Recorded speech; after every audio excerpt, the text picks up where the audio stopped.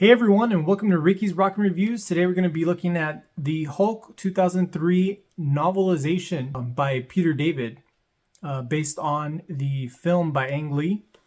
As promised, I kind of wanted to look at this prose version versus the film version, and I think this is a really good opportunity to kind of highlight what a good novelization can accomplish, especially when the film version isn't well received.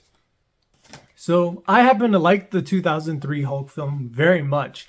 I think it's really underrated, even though it's missing a lot of elements and very choppy at times, especially when it comes to characterization. It's still a lengthy film. It's still a really cool exploration on your psyche and the nurture versus nature element of personality, and kind of a glimpse at letting the beast inside of us go.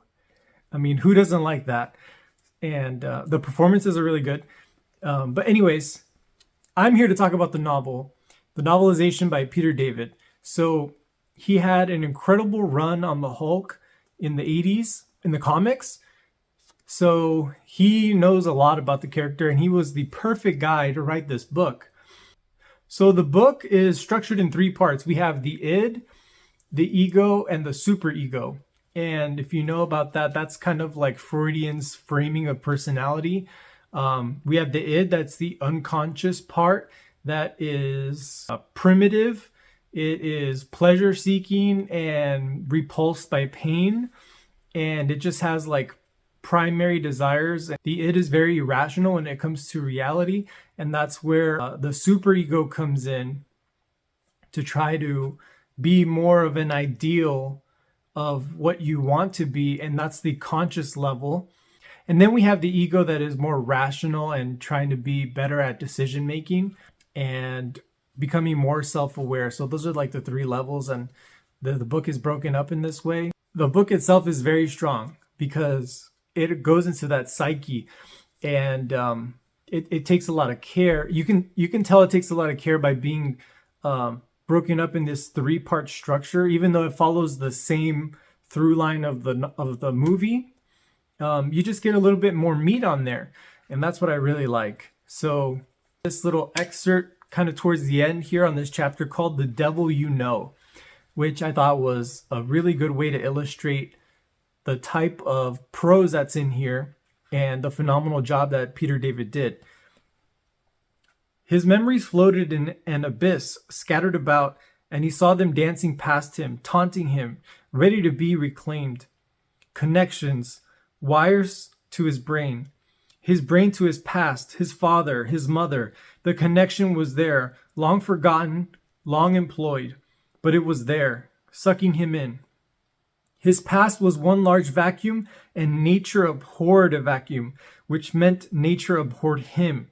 And it had turned his sights upon him now and drawn him down through a vast neural network of reticulated nets, which formed floating, liquid screens of unconscious images, memories, an uncharted chorus of voices and sounds inside him. And he almost felt as if he could hear his father's voice. That's how connected they had become. So when you see italicized text in this novel, it's Bruce inside of his own mind and or the Hulk coming across, and the Hulk's thoughts, his primitive, almost infantile thoughts. And that is the most fascinating part of this book as well. So what I think is really beneficial about reading this novel is that we get to fill in these gaps in the characterization and the reason the characters do what they do in the movie. Everything is kind of hinted at in the film, like the relationship between Bruce Banner and Betty Ross, and how they're kind of strained, as well as Betty and her father, Thunderbolt Ross. They have a really estranged relationship. What's fascinating is that all these characters are connected. Even Nick Nolte's character, he plays the father of Bruce Banner, and he's also the antagonist that later on becomes Absorbing Man. Spoiler alert. But all of that is really explored. You have even more time in this book to explore these things, and so that's probably my biggest highlight. Where the novelization kind of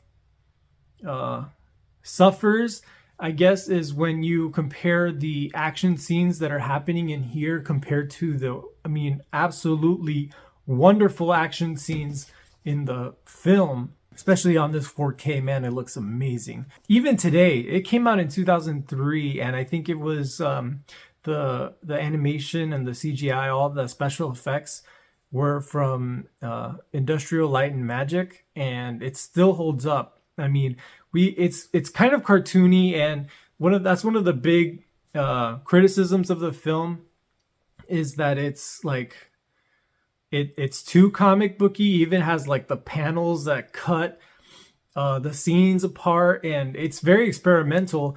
I know Quentin Tarantino kind of disparages that. I think the only other film I can think that kind of utilizes that is the director's cut of The Warriors from the 70s, and I'm pretty sure we're getting a 4K of that that's going to be cutting that stuff off. But anyways, I thought it worked because there's nothing else like it, and the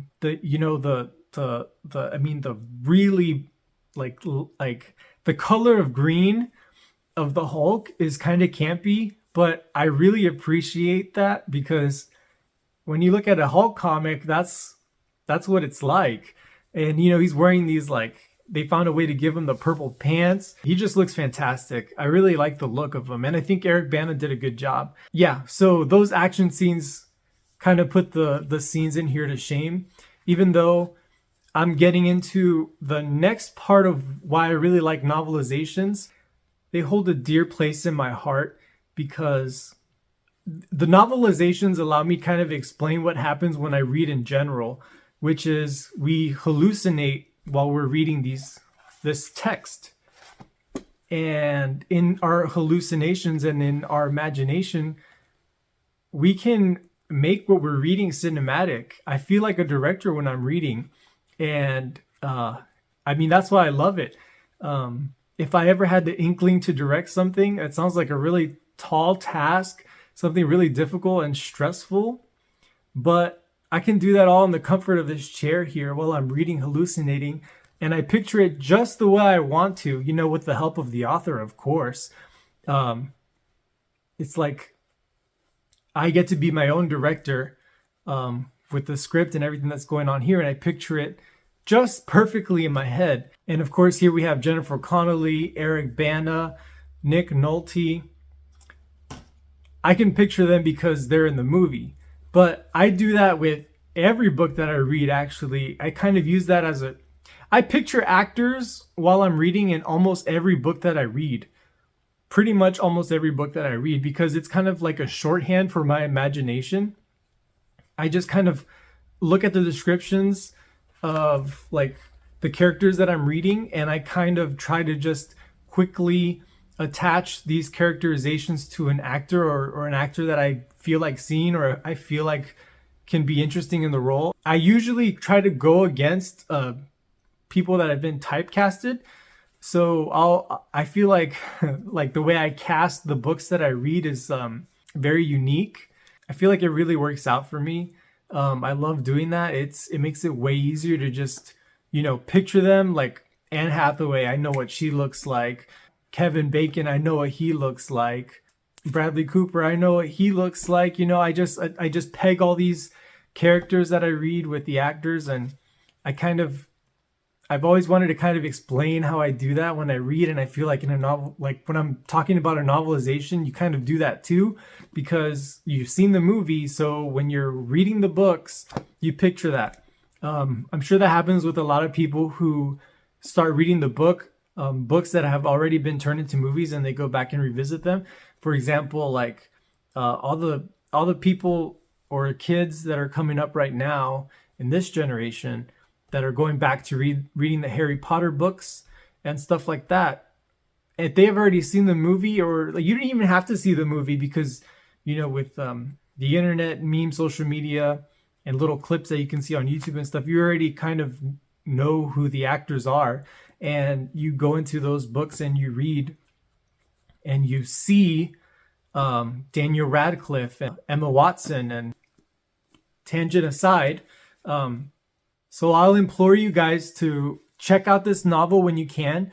I found this at a used bookstore. It's very cheap. You could probably find it online as well. And to take a chance on other novelizations as well. And I had a lot of fun talking about this one because this has been a long time coming.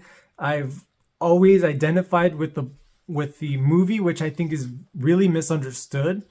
And this novelization as a supplement is just chef's kiss. So you guys, please like and subscribe. Please leave any comments, recommendations, or suggestions for other books and other topics.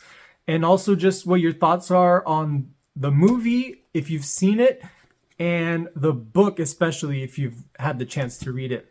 Thanks, guys.